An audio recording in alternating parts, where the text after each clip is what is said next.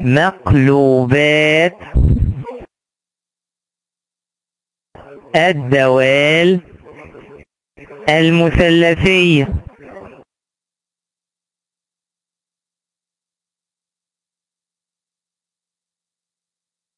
ايه ده حاجة جديدة يا استاذ نادر؟ قال لي ابدا والله، كله من المثلث العفريت، كله من المثلث ابن الايه دون اللي بيحل لي كل حاجة، ده هو ده عصب الدرس كله، بس بشرط ان لازم دي تبقى قايمة. قال لي بصوا يا جماعة، فاكرين احنا لسه قايلين من شوية ده س ده ص ده واحد، ما غيرتش كلامي، وده على ده ج، ما غيرتش كلامي، وده على ده مع السهم، السهم مهم، جاسة، ما غيرتش كلامي، وده على ده ظا. الله، امال ايه الجديد يا استاذ نادر؟ ده الدوال. قال لي بصوا بقى المقلوبات، بصوا المقلوبات، مقلوب الجاه قاتا ايه ده ايه ده واحدة واحدة عليا يا استاذ نادر بقى، معلش احنا كده تهنا منك ابدا. تعالى اعلمها لكم بطريقة جميلة. مقلوب قاف، مقلوب قاف، يبقى الجيم تتقلب قاف، الجيم اللي هي جا تتقلب قاف، وعلشان الجا ما فيهاش ت احنا بنقلب، يبقى نحط لها ت، يبقى اللي ما فيهوش ت نحط له ت، واللي فيه هنشيل منه، يبقى القطة دي مقلوب الجا. يعني ايه مقلوب الجا؟ يعني هي جاه لا تبقى واحد على جاه، العكس، بنجعل البسط مقام والمقام بسط، يعني كأنها عكس السهم، يبقى عكس السهم ايه؟ يبقى واحد على صاد. شفتوا المقلوب؟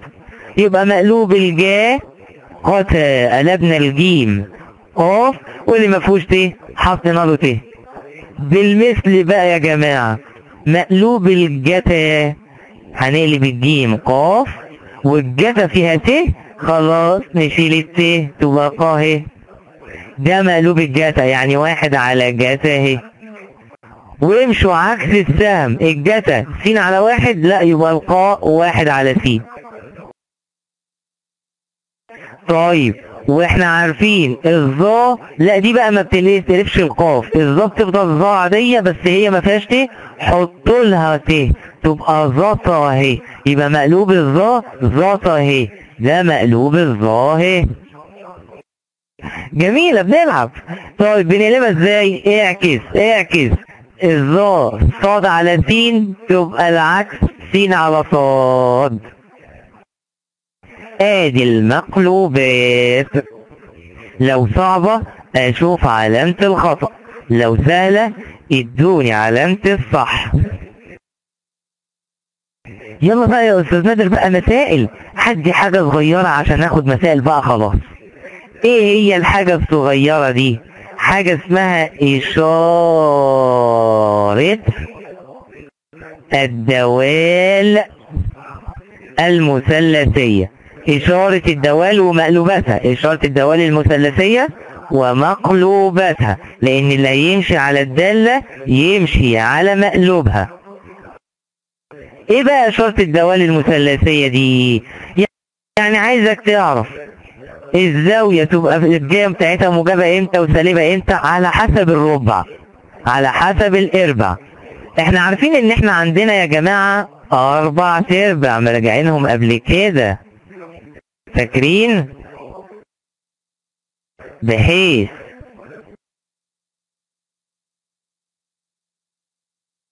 ان عندي ده ربع اول من كام لكام؟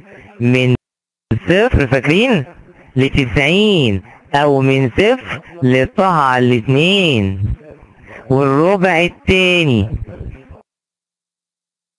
من 90 ل180، او كأنها من طه على 2 لطه، وده ربع تالت يعني من 180 ل270، او كأنها من طه ل3 طه على 2، ومن 270 ل360 درجة. قال لي يعني اللي هي 2 طه، وده ربع. قال لي طب انت ده القديم، هتدينا ايه جديد عليه يا استاذ نادر؟ قال لي بص بقى، هديكوا حالا اعرفكم في الربع الاول مين اللي موجب، الجا ولا الجتا ولا الظا، وفي الربع التاني مين اللي موجب؟ الجا ولا الجتا ولا الظا، وفي الربع التالت وهكذا. انا عشان اسهلها لكم جمعتها لكم في كلمة جميلة قوي. بصوا كلمة ايه بقى والناس كلها هتستغرب. كل جبار ظالم جاته داهية. كل جبار ظالم جاته داهية. ايه الكلام ده يا استاذ نادر؟ انت جاي تهرج ولا ايه؟ لا انا عايز اقول لكم ايه. بصوا الكلمة الاولى معناها في الربع الاول، يبقى الربع الاول الكل موجب.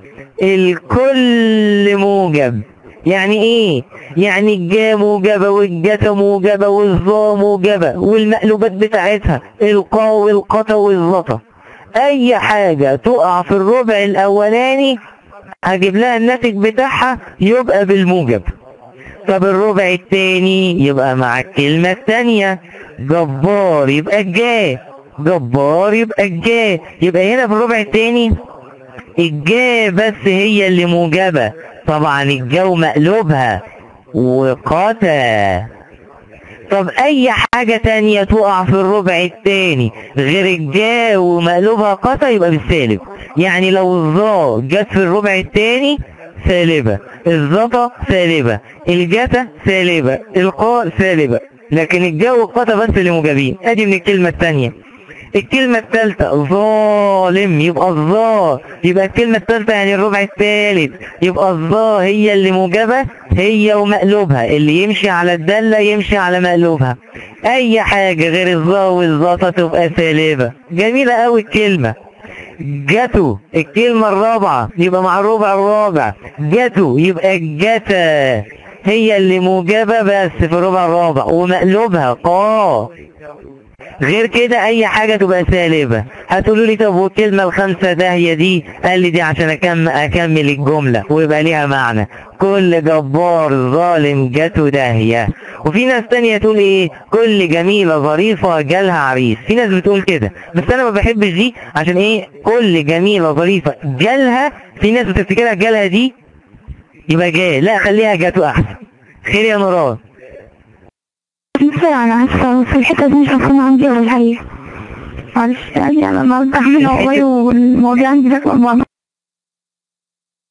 الاول الجا والجتا والظا والقا والقتا والظتا مفهومه يا نوران؟ هو المشكله في الاشارات؟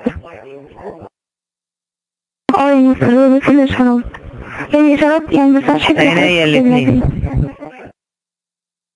عينيا الاثنين. بص يا نوران، ساعات يجي لي في المثال يقول لي كده ظا 50 درجه.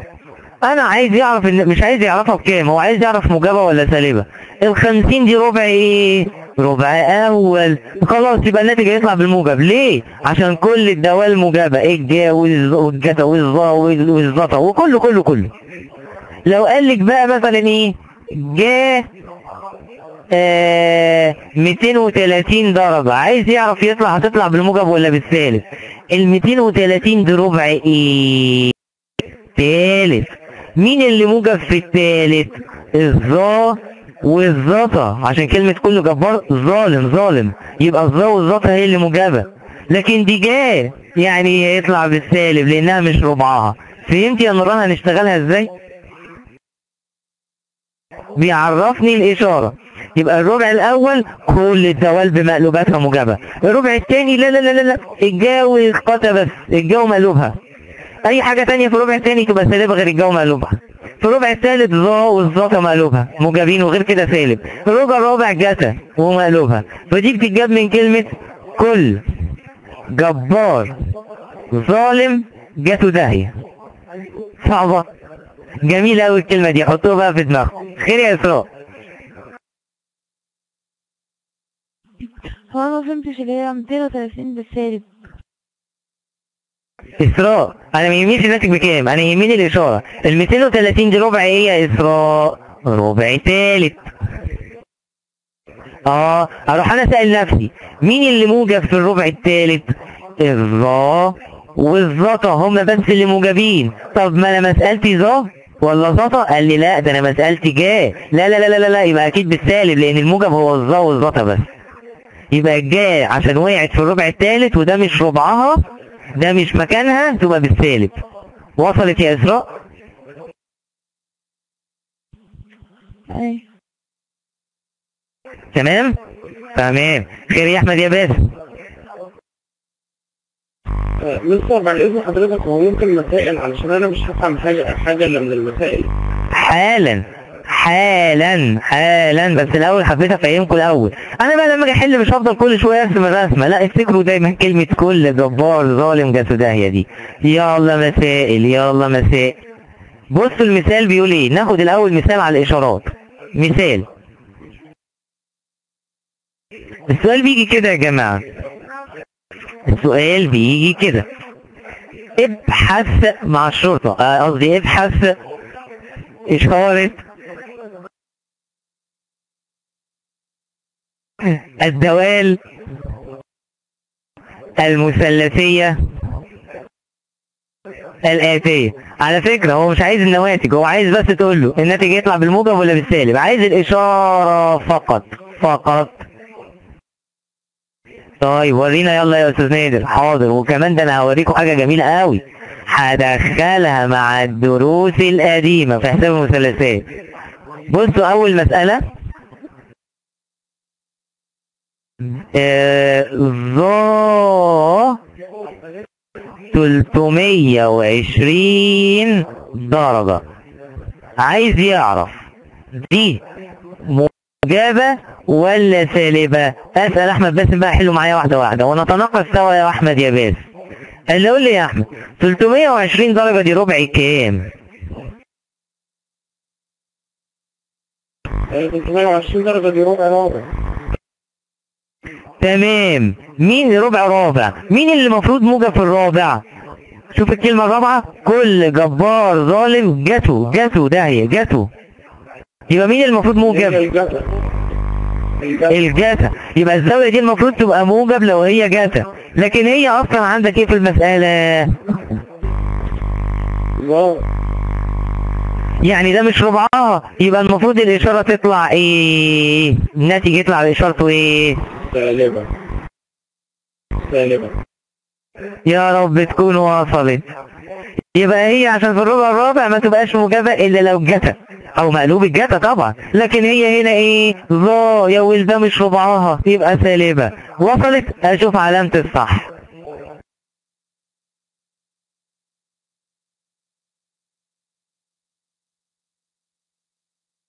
ها يا احمد يا طاهر. احمد يا طاهر تمام جدا. طب سؤال كمان يا استاذ نادر يثبتها اكتر واكتر. عينيا الاتنين. لو قلنا كده جه 160 درجة، نعملها ازاي يا اسراء؟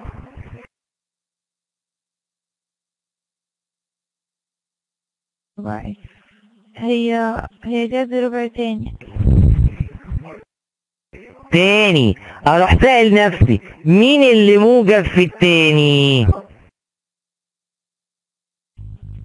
الجاء والقطع. الجاء والقطع، برافو. طب ما دي جاء، يبقى الاشارة ايه؟ ربعها ولا مش ربعها؟ بالموجب بربعها. برافو 10/10. تمام. لا واحدة كمان بدل اتفهمت كده بقى نبدأ نسأل الناس كلها. طيب لو قال لي كده نوران قطع، عادي جدا زيها زي الدالة الأصلية بتاعتها، 4 على 5. بدأنا في المسائل اللي عايزة تجهز. الطه هنا بكام يا نوران؟ دي زاوية، ها؟ الطه هنا بكام؟ 380 فتبقى 485. الأول نحسبها. برافو يا نوران، برافو يا نوران. تبقى قاتا كام؟ 144 و144 ده في الربع في الربع التاني مين اللي موجب في التاني يا نوران؟ هي نفس اللي هو الجبس. الجبس ومقلوبها كمان، ومقلوب الجا ايه؟ الجا مقلوبها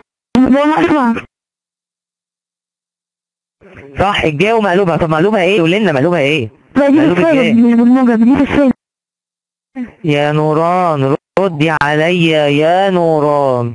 مقلوب انت قلتي الجا ومقلوبها، مقلوبها هو ايه يا نوران؟ اسمه ايه مقلوبها؟ مقلوبها الجا هيبقى 1 على ج اللي هو القطع اللي هو اسمه ايه يا نوران؟ دي الموجب موجب. ايوه كده، ايوه كده. يبقى نوران لازم نقول اسم المقلوب كمان. برافو يا نوران، كده 10 على 10. يبقى اللي في الربع التاني جا ومقلوبها قاتا. طب ما دي قاتا، يبقى الاشاره موجبه. ما وصلتش صح؟ طب لو وصلت اشوف علامه الصح كده يا جماعه.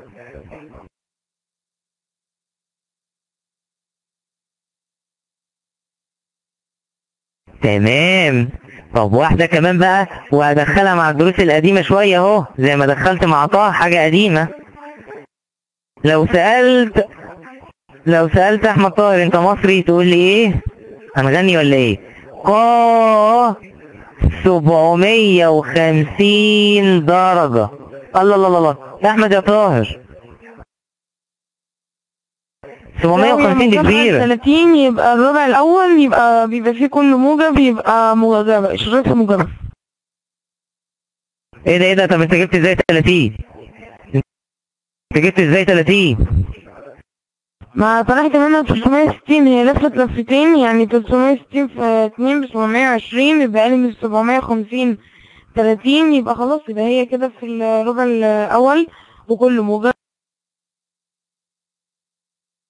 إيه الجمال ده؟ أستاذ يا ابني ورئيس قسم. برافو. 750 ده الشغل القديم، قديمة كبيرة قوي. يبقى نطرح 360 دورة، يبقى نطرح 360 يدينا قا. نطرح ادي 0 9 3 لسه كبيرة، 390 كبيرة. يبقى نطرح كمان 360 تانية تدينا قا 30. ايوه كده. قال لي دي ربع اول، والربع الاول كله موجب، يبقى الاشارة موجبة. برافو يا احمد يا طاهر، برافو برافو برافو. طب السؤال اللي بعد كده برضو في الاشارة يا آية. جتا سالب 200 درجة. ما بنحبش السالب دي، نعمل ايه يا آية؟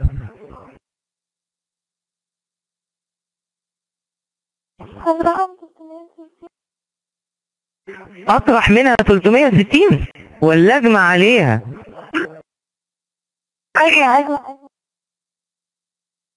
تمام، نجمع عليها. يبقى السالب 200 زائد 360 يطلع كام؟ 160. جتا 160. يلا ال 160 دي ربع كام؟ ربع تاني هتطلع سالبة. تاني لان الربع التاني كل جبار يبقى الجا، لكن دي جتا يبقى الاشارة سالبة، لان الجا ومقلوبة بس هي اللي موجبين في الربع التاني. برافو برافو يا آية، بقى سهلة قوي. واللي سهلها لي كل جبار ظالم جاته داهية، نسهلها لي قوي قوي قوي. طيب سؤال اخير، لان العملية واضح انها بقت سهلة. لنور، لو قلت لك يا نور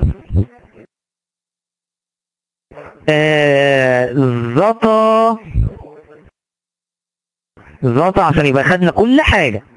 زطا 2 32 ط على التلاتة. يا ترى نعملها ازاي يا نور؟ عايزة شغل شوية دي. انت اول حاجة كده واضح.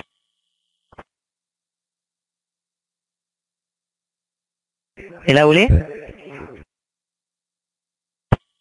يعني كده واضح محمود. تمام يلا يا نور. انت هنقول من 30 ل 180 على الطريق هيطلع عندنا 1920. 1920 دي كبيرة، فهنطرحها من ال 360. واحدة واحدة يا نور، واحدة واحدة يا نور، أنا جريت منك. واحدة واحدة يا نور.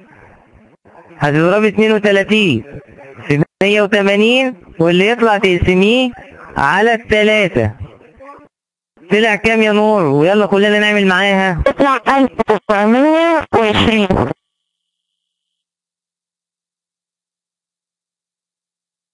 مظبوط كده يا جماعة؟ خير يا أحمد ايه؟ ننزل ايدينا لو مفيش سؤال. خير يا أحمد، طب ثواني. طيب يا أحمد أمال ايه؟ يلا. ايه ده، دي كبيرة قوي يا نور. قايمة 99 ناقص 360 هتطلع 1560. هتقول برضه ناقص 300 نكتب برضه.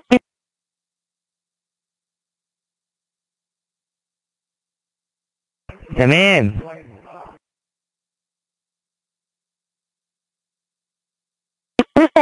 هتطلع في الآخر 120. 120 دي نكتب هتبقى ربع الميتين. طيب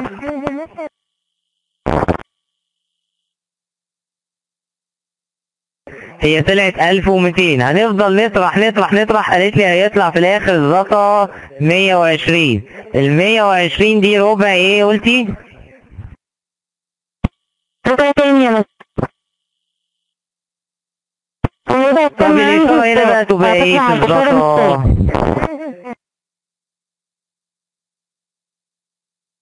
ادي موضوع الاشارة، وكل جبار ظالم جه في داهية. فهمتها يا جماعة؟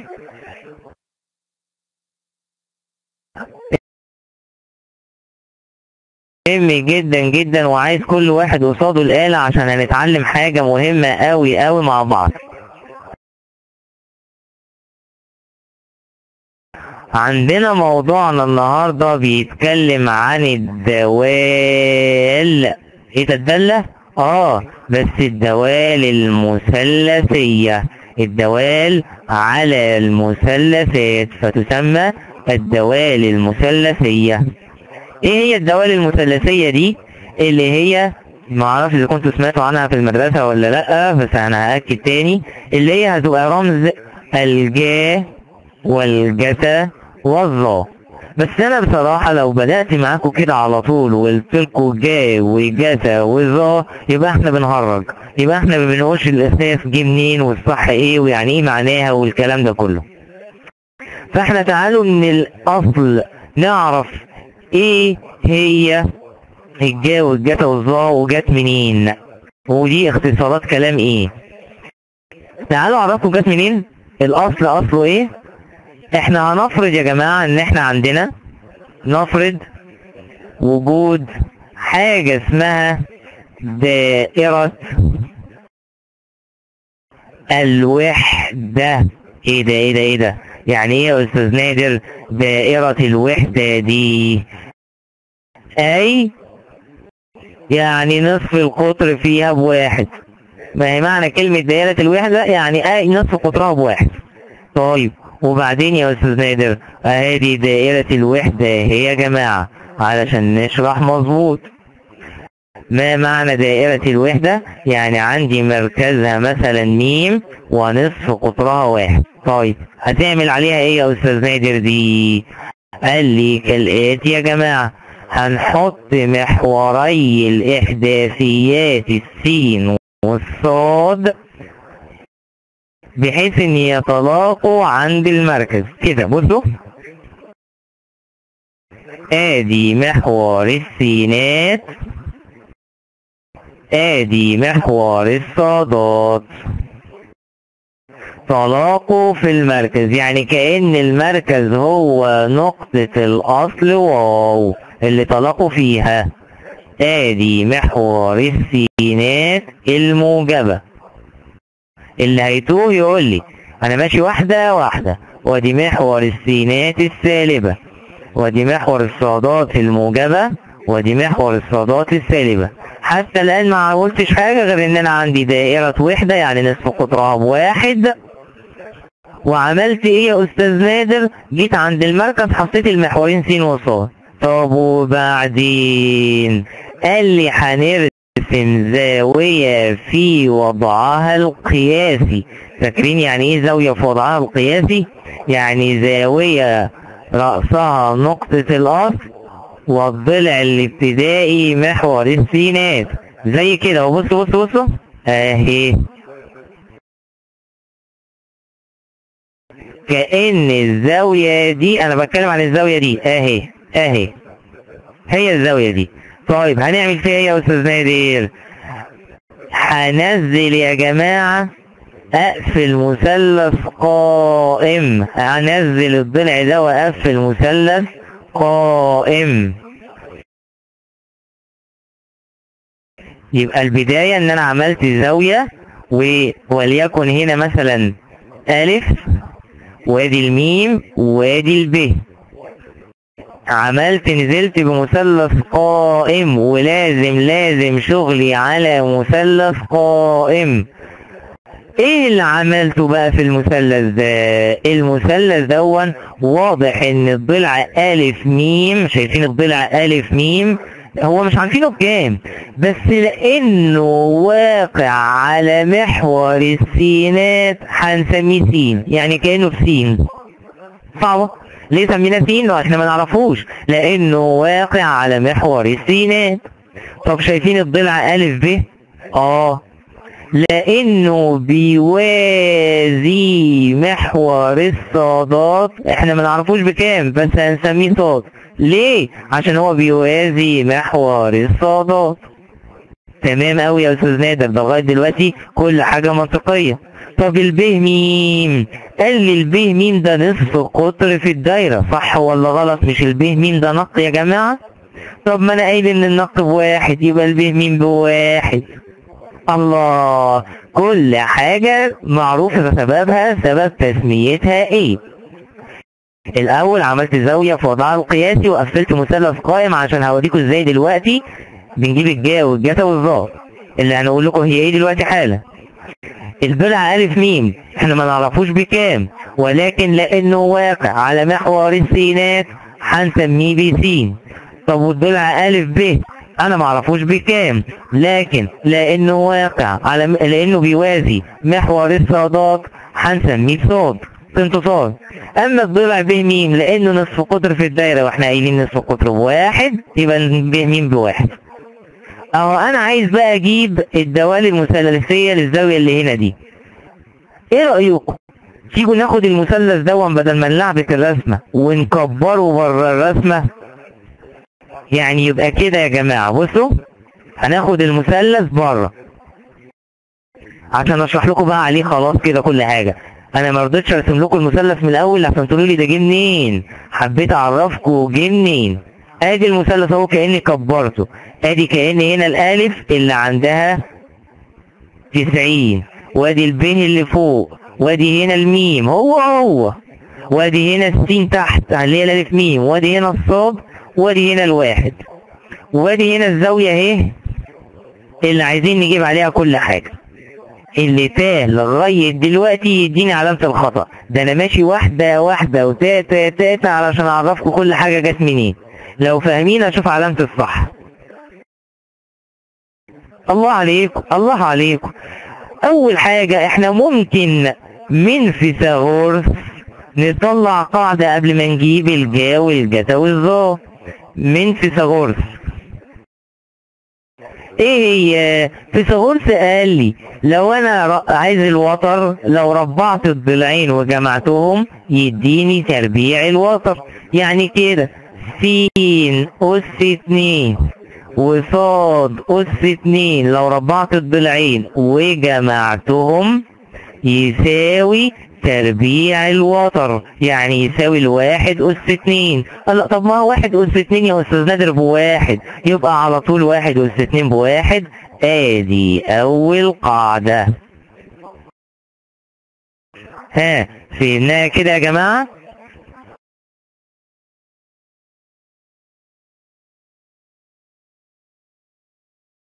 تاني كده يا جماعة بنعتذر عن اللي حصل. فيثاغورس س أس 2 زائد صاد أس 2 تساوي 1. اللي مش فاهم يدينا علامة الخطأ، اللي فاهم يدينا علامة، اللي فاهم يدينا علامة الصح، اللي مش فاهم يدينا علامة الخطأ. تمام جدا. بصوا بقى، عايز اقول لكم حاجة مهمة قوي. لو انا عايز اجيب جا الزاوية، ايه جا الزاوية دي بقى؟ قال لي في حاجة اسمها جيب الزاوية اللي احنا هنسميها اهي هنا دي. دايما بجيب جا وجا توصال الزاوية اللي هنا، جيب الزاوية اهي.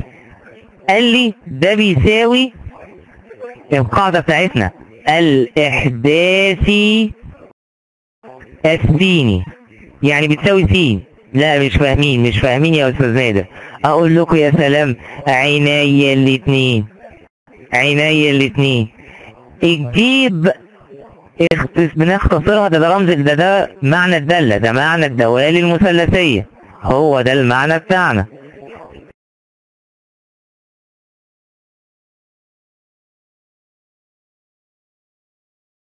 قال لي الجيب ده بنختصرها، بناخد كلمة من الجيب جيم ونعملها جا. الزاوية اهي يبقى جا اهي، يبقى جيب الزاوية اهي اختصارها جا اهي. دي عبارة عن ايه؟ بتساوي الإحداث السيني. بصراحة يا جماعة أنا ما بحبش أشتغلها بطريقة الإحداث السيني والإحداث الصادي والكلام ده، بس لازم نقولها. أنا عندي طريقة حلوة قوي. شايفين المثلث اللي قصادكم ده؟ أنا مسميه مثلث العفريت. والله عفريت، لأن بيحل لي الجهة والجتا والظا. تيجي أوريكوا إزاي؟ تعالى أوريكوا إزاي. احفظوا الأسهم دي. بصوا يا جماعة الأسهم دي إيه؟ بص الأسهم دي بتكون إيه؟ الأول بس هنا عايز أقول إن الجيب بيساوي الإحداثي. هنقولها هنا إن هي بيساوي الإحداثي الصادي الأول، بس عايز أقولها لكم إزاي؟ سيبكم من إحداث السيني ومن إحداث الصادي يا أستاذ نادر، أنت هتلخفنا ليه؟ بصوا ده على ده بجاه،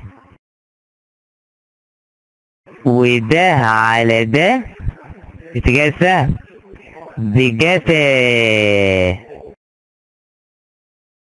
وده على ده صاد على س ده اتجاه السهم بظا. سهلة أوي بقى. لا فهمني بقى ايه الكلام ده يا أستاذ نادر. قال لي الجاه اهي، هتقع من على الرسمة كده، الجاه اهي صاد على واحد يعني بصاد، وهو ده جيب الزاوية. طيب في حاجة اسمها يا جماعة جيب تمام الزاوية، وانا ماشي واحدة واحدة يا جماعة عشان تفهموها. وعلى فكرة كله دايما بجيبه للزاوية اهي اللي موجودة هنا. قال لي دون لو القانون اللي في الكتاب يبقى اسمه الإحداثي السيني. لا أستاذ نادر علمها لي بطريقة أجمل. قال لي إيه؟ قال لي الجيب جا، وكلمة تمام خدنا منها حرف الت عملنا جاتا. شفتوا؟ يبقى جيب الجيم والتمام خدنا الت فعملنا جاتا. جاتا مين؟ جاتا الزاوية اهي. قال لي دي عبارة عن ايه؟ هاتوها من الرسمة من المثلث العفريت. اللي امشوا مع السهم يا جماعة، الضلع ايه؟ س على واحد. يعني سين اهو، يبقى الاحداث السين. طب ايه الظا دي يا استاذ نادر؟ قال لي ده حاجة اسمها ظل الزاوية.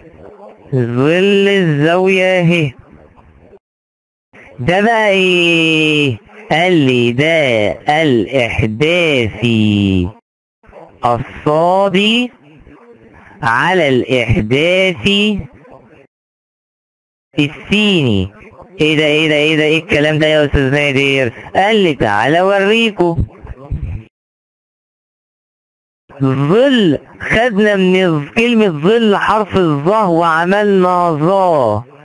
هيه ظا الزاوية اهي. امشوا كده مع الرسمة، بصوا على الرسمة الظا، امشوا مع السهم. صاد على سين. صح ولا غلط؟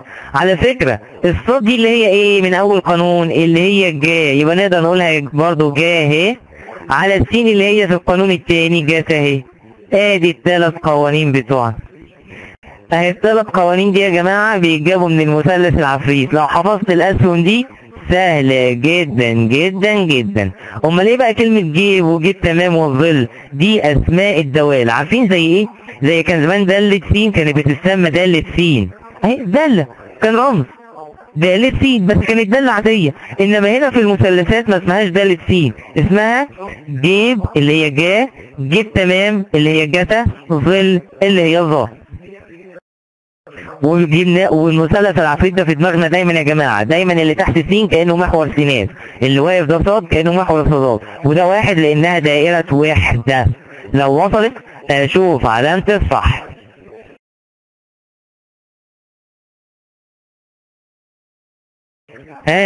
وهوريكم حالا اسئله عليها، بس نشوف الاول الناس فاهمه.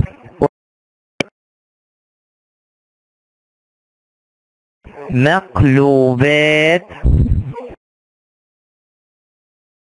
الدوال المثلثية.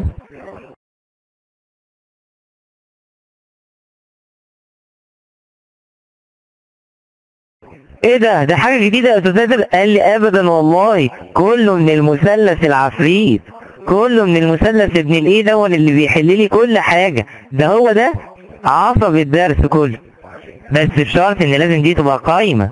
قال لي بصوا يا جماعة، فاكرين احنا لسه قايلين من شوية ده سين ده صاد ده واحد، ما غيرتش كلامي، وده على ده ج، ما غيرتش كلامي، وده على ده مع السهم، السهم مهم، جاتا ما غيرتش كلامي، وده على ده ظا. الله، امال ايه الجديد يا استاذ نادر؟ ده الدوال.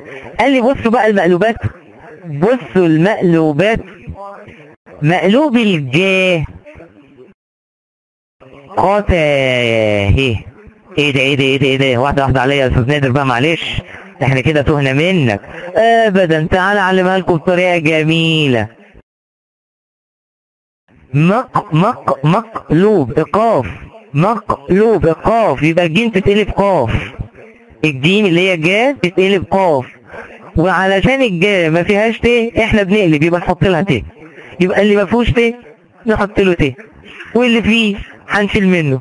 يبقى القطه دي مقلوب الجا. يعني ايه مقلوب الجا؟ يعني هي جا لا تبقى واحد على جا، العكس، بنجعل البسط مقام والمقام بسط، يعني كأنها عكس السهم.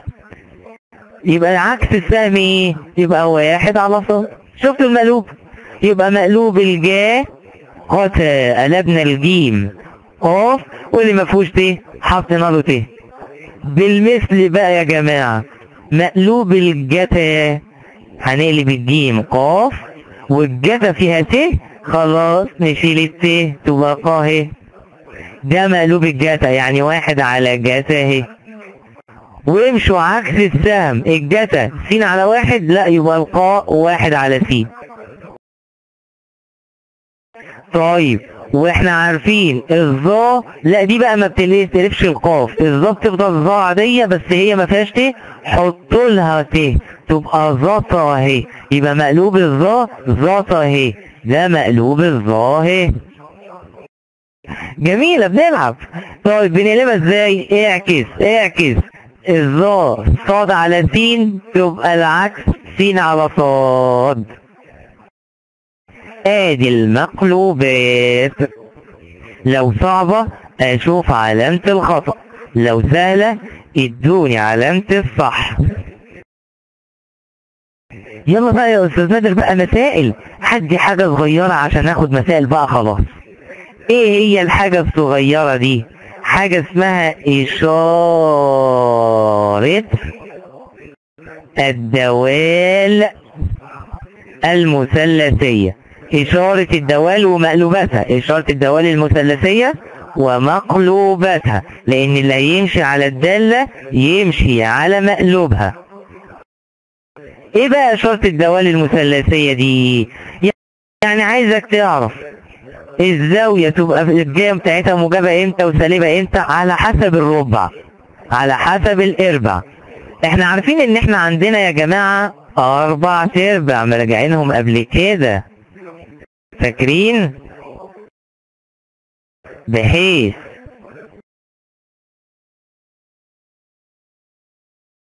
ان عندي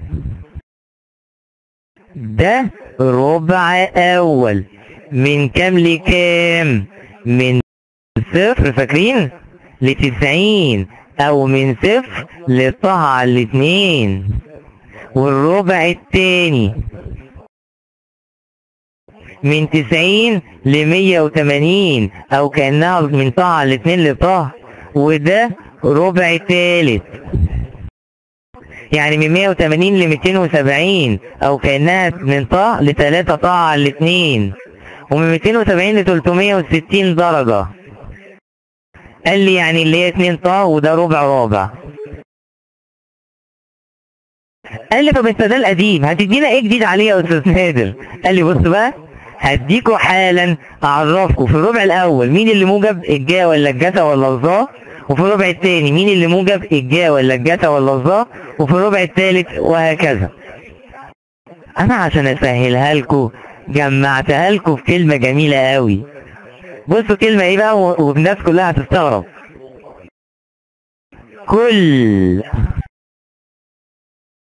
جبار ظالم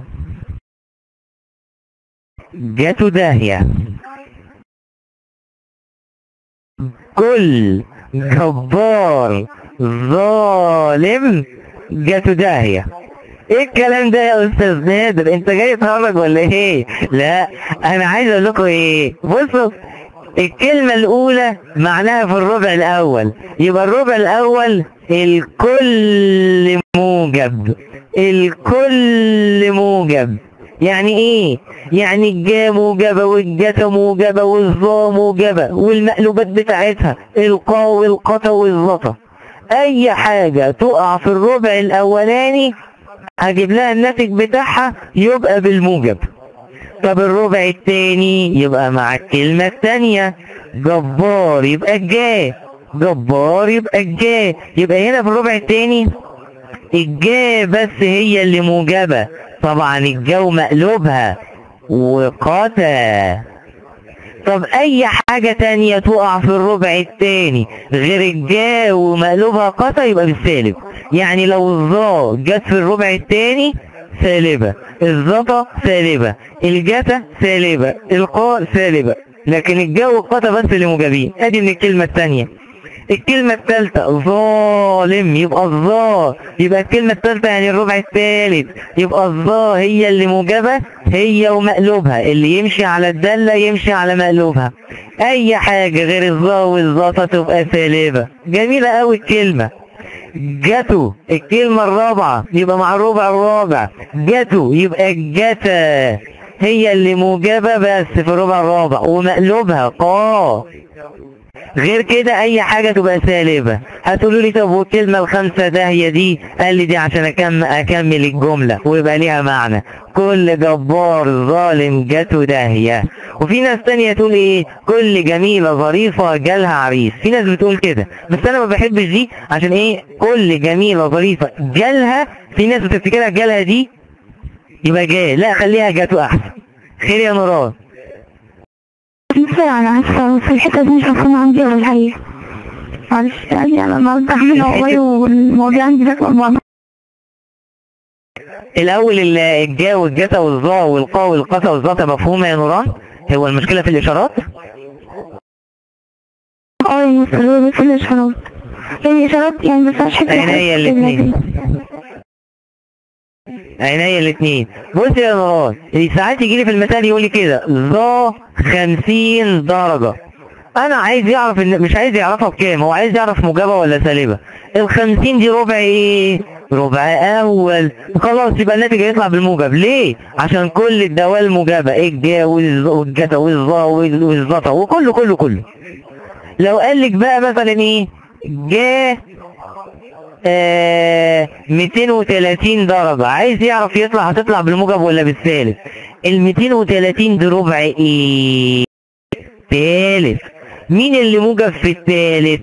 الظا والظتا، عشان كلمة كله جبار ظالم يبقى الظا والظتا هي اللي موجبة. لكن دي جا يعني هيطلع بالسالب لانها مش ربعها. فهمت يا نوران هنشتغلها ازاي؟ بيعرفني الإشارة. يبقى الربع الأول كل الدوال بمقلوباتها موجبة. الربع الثاني لا الجا والقتا بس، الجا ومقلوبها. أي حاجة تانية في الربع الثاني تبقى سالبة غير الجا ومقلوبها. في الربع الثالث ظا والظا مقلوبها موجبين وغير كده سالب. في الربع الرابع جتا ومقلوبها. فدي بتتجاب من كلمة كل جبار ظالم جاته داهية. صعبة؟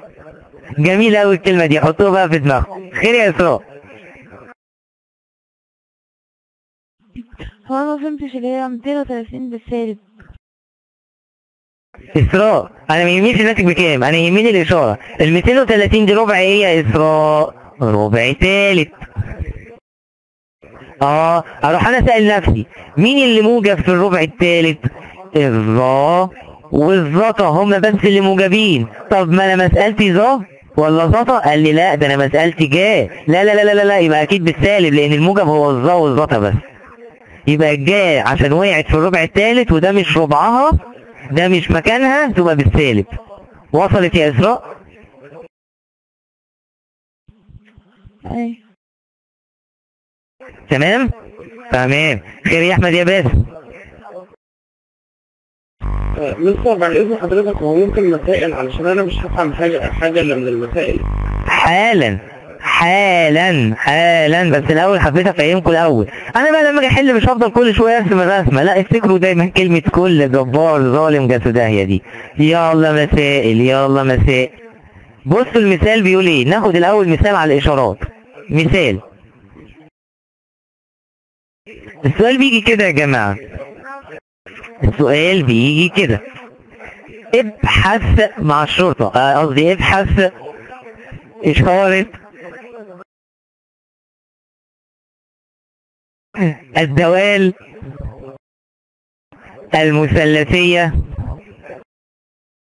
الآتية. على فكرة هو مش عايز النواتج، هو عايز بس تقول له الناتج يطلع بالموجب ولا بالسالب، عايز الإشارة فقط. طيب ورينا يلا يا استاذ نادر. حاضر. وكمان ده انا هوريكم حاجه جميله قوي هدخلها مع الدروس القديمه في حساب المثلثات. بصوا اول مساله ظا 320 درجه. عايز يعرف دي موجبة ولا سالبة. اسأل احمد باسم بقى، حلو معايا واحدة ونتناقش سوا يا احمد يا باسم.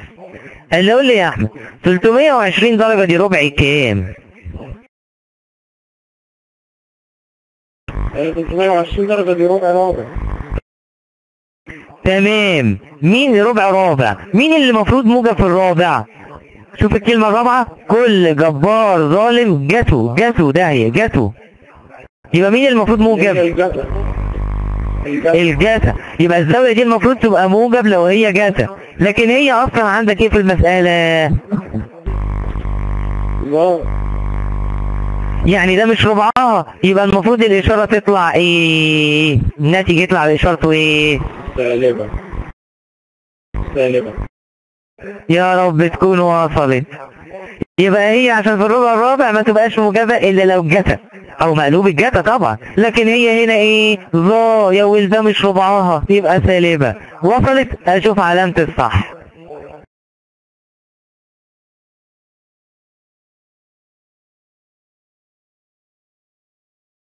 ها يا احمد يا طاهر،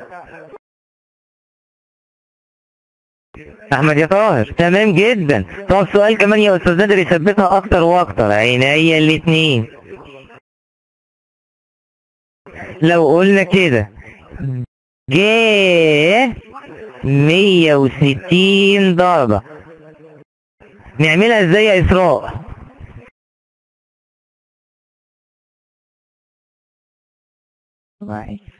هي جاز ربع تاني. تاني اروح سائل نفسي مين اللي موجب في التاني؟ الجاء والقطع. الجا والقتا، برافو. طب ما دي جا يبقى الاشارة ايه؟ ربعها ولا مش ربعها؟ طب الموجب بربعها. برافو برافو برافو، 10/10. تمام. لا واحدة كمان بدل اتفهمت كده بقى نبدأ نسأل الناس كلها. طيب لو قال لي كده نوران قتا، عادي جدا زيها زي الدالة الأصلية بتاعتها، 4 على 5. بدأنا في المسائل اللي عايزة تجهز. الطه هنا بكام يا نوران؟ دي زاوية، ها الطه هنا بكام؟ 180 فتبقى 4 الأول نحسبها. برافو يا نوران، برافو برافو يا نوران. تبقى قطع كام؟ 144 و144 ده في الربع في الربع التاني فبقى التاني. مين اللي موجب في التاني يا نوران؟ هي نفس اللي هو الجبس. الجبس ومقلوبها كمان، ومقلوب الجا ايه؟ الجا مقلوبها. صح الجا ومقلوبها. طب مقلوبها ايه؟ قول لنا مقلوبها ايه؟ مقلوب الجا مش بالموجب، دي بالسالب. يا نوران ردي عليا يا نوران. مقلوب انت قلتي الجا ومقلوبها، مقلوبها هو ايه يا نوران؟ اسمه ايه مقلوبها؟ مقلوب الجا هيبقى 1/ج. اللي هو القطع اللي هو اسمه ايه يا نوران؟ دي الموجب، دي موجب. ايوه كده، ايوه كده. يبقى يا نوران لازم نقول اسم المقلوب كمان. برافو يا نوران، كده 10/10. يبقى اللي في الربع التاني جا ومقلوبها قاتا. طب ما دي قاتا يبقى الاشاره موجبه. ما وصلتش صح؟ طب لو وصلت اشوف علامه الصح كده يا جماعه.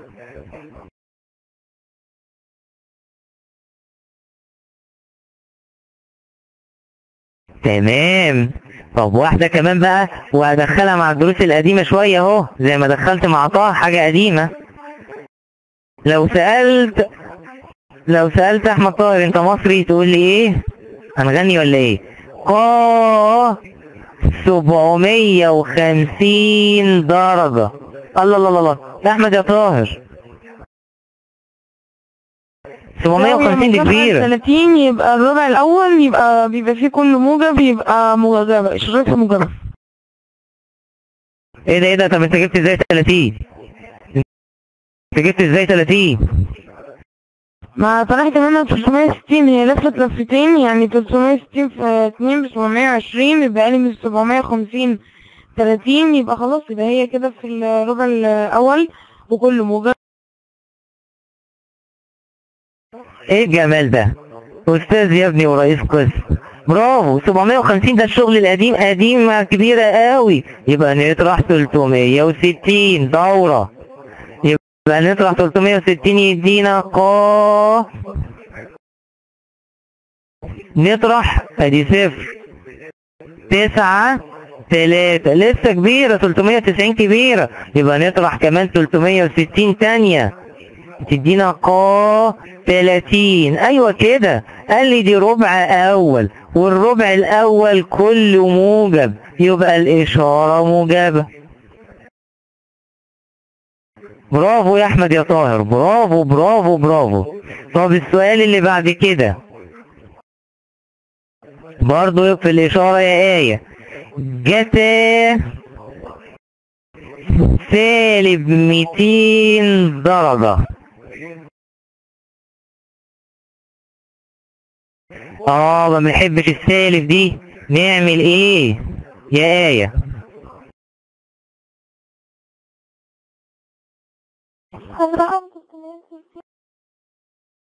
اطرح منها 360 ولا اجمع عليها؟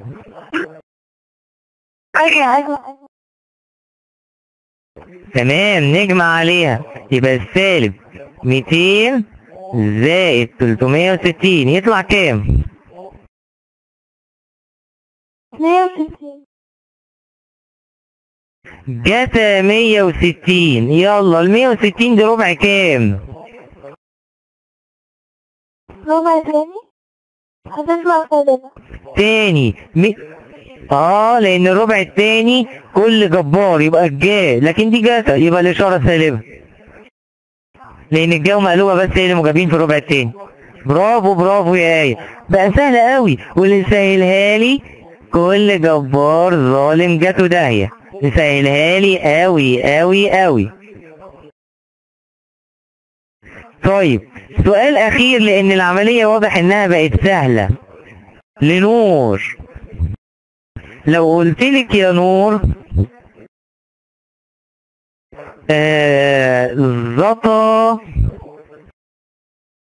زطا عشان يبقى خدنا كل حاجة. زطا 32 طه على 3. يا ترى نعملها ازاي يا نور؟ عايزة شغل شوية دي. انت اول حاجة كده واضح.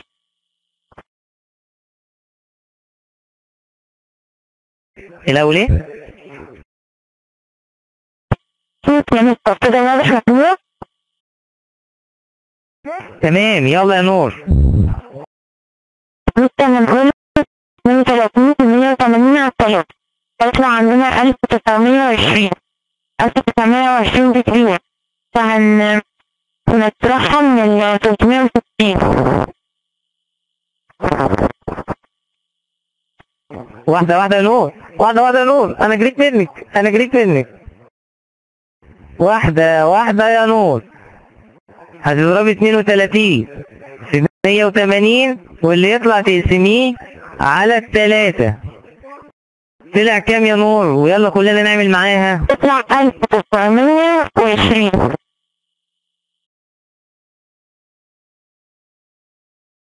مظبوط كده يا جماعة؟ خير يا أحمد إيه؟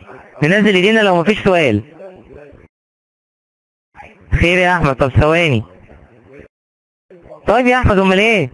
يلا. إيه ده، دي كبيرة أوي يا نور. قايمة 99 ناقص 360 هتطلع 1560. هتقوم برضه ناقص 360 برضه.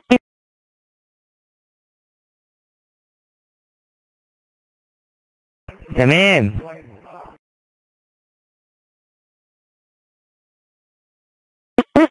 هتطلع في الآخر 120. 120 دي متر يبقى ربع الميتين. طيب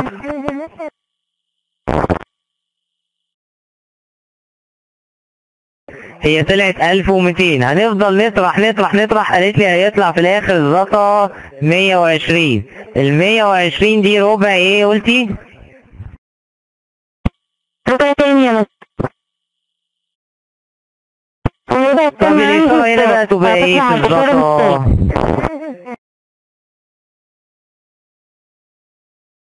ادي موضوع الاشارة، وكل جبار ظالم جاته داهية. فهمتها يا جماعة؟